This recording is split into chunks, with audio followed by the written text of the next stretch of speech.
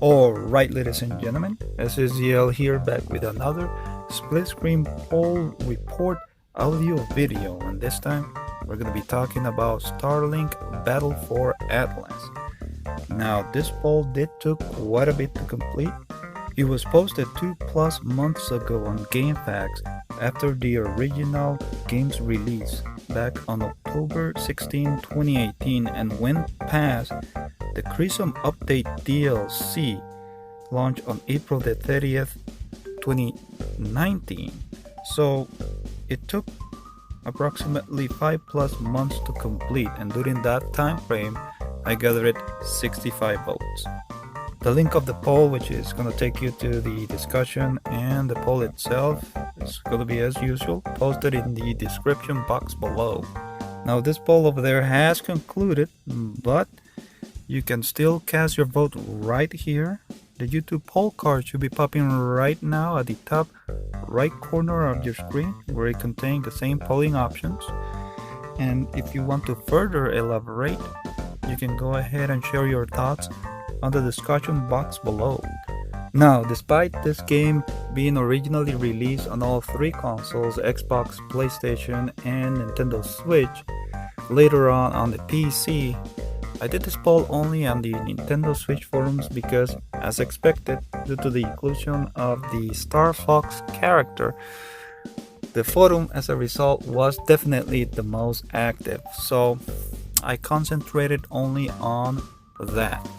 Now you can see right here that of the 65 votes gathered, 10 votes went for the top, using split screen around 100 to 95% of the time, which amount for 15.38%. On the other side of things, we got 38 votes, which amounts to 58.46% of people that practically didn't use the feature of split screen at all.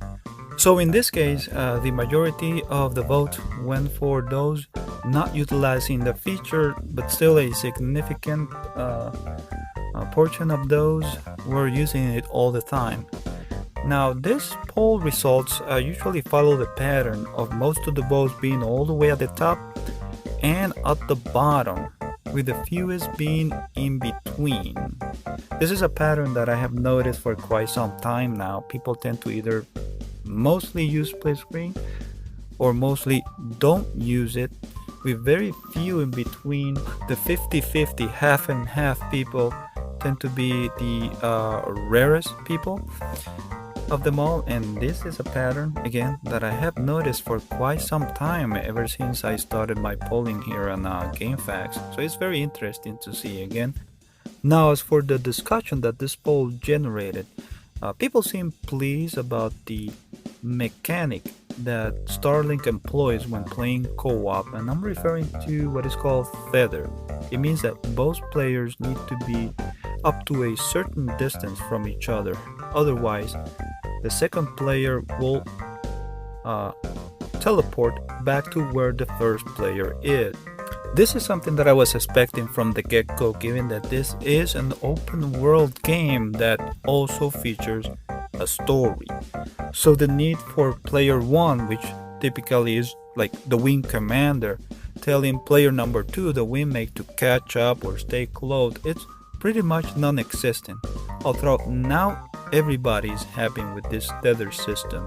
Finally, I would like to once again give kudos for Ubisoft for ensuring that all versions of the game had split screen support. One thing that I'm wary of, or always on the lookout, is that when we have a multi-platform game that also features split screen, that doesn't necessarily mean that the Switch version of it will have it too. We all know that the Xbox and PlayStation are beefier systems after all.